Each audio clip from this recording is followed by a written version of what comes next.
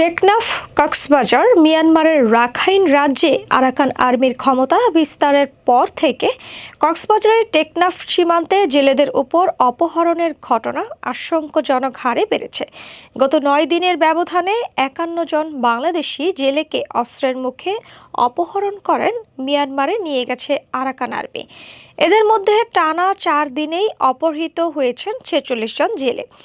স্থানীয় প্রশাসন ও জেলেদের তথ্য অনুযায়ী 17 আগস্ট 5 জন, 23 আগস্ট 12 জন, 24 আগস্ট 14 জন, 25 আগস্ট 7 জন এবং সবশেষে 26 আগস্ট 13 জন জেলেকে অপহরণ করা হয়েছে। এদের মধ্যে কোনো জেলেকে এখনো পর্যন্ত ফিরিয়ে আনা সম্ভব হয়নি।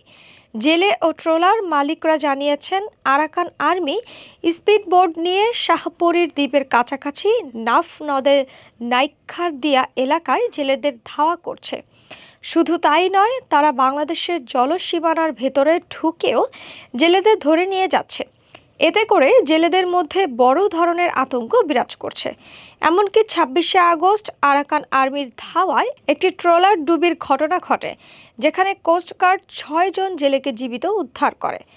অপহৃত জেলেদের স্বজনরা চরম দুশ্চিন্তায় দিন কাটাচ্ছেন।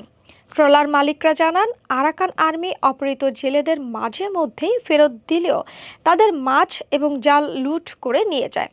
এ বিষয়ে কোস্টগার্ড পূর্ব জোনের মিডিয়া কর্মকর্তা লেফটেন্যান্ট বিএন সাকিব মেহবুব জানান, বারবার সতর্ক করার পরও জেলেরা জলসীমা অতিক্রম করছে, যার কারণে এ ধরনের ঘটনা বাড়ছে।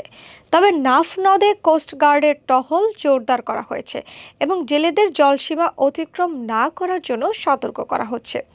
টেকনাফ উপজেলার নির্বাহী কর্মকর্তা শেখ এহসান উদ্দিন বলেন, নদীর নাব্যতা সংকটের কারণে ভাটার সময় জেলেদের অনেক সময় মিয়ানমারের জলসীমানা অতিক্রম করতে হয়, আর এই সুযোগেই আরাকান আর্মি তাদের অপহরণ করছে। অপহৃত জেলেদের দ্রুত ফিরিয়ে আনার জন্য বিজিবি ও কোস্টগার্ড যৌথভাবে কাজ করছে। এছাড়াও নাফ নদে বিজিবি ও কোস্টগার্ডের টহল ও নজরদারি বাড়ানোর সিদ্ধান্ত নেওয়া হয়েছে।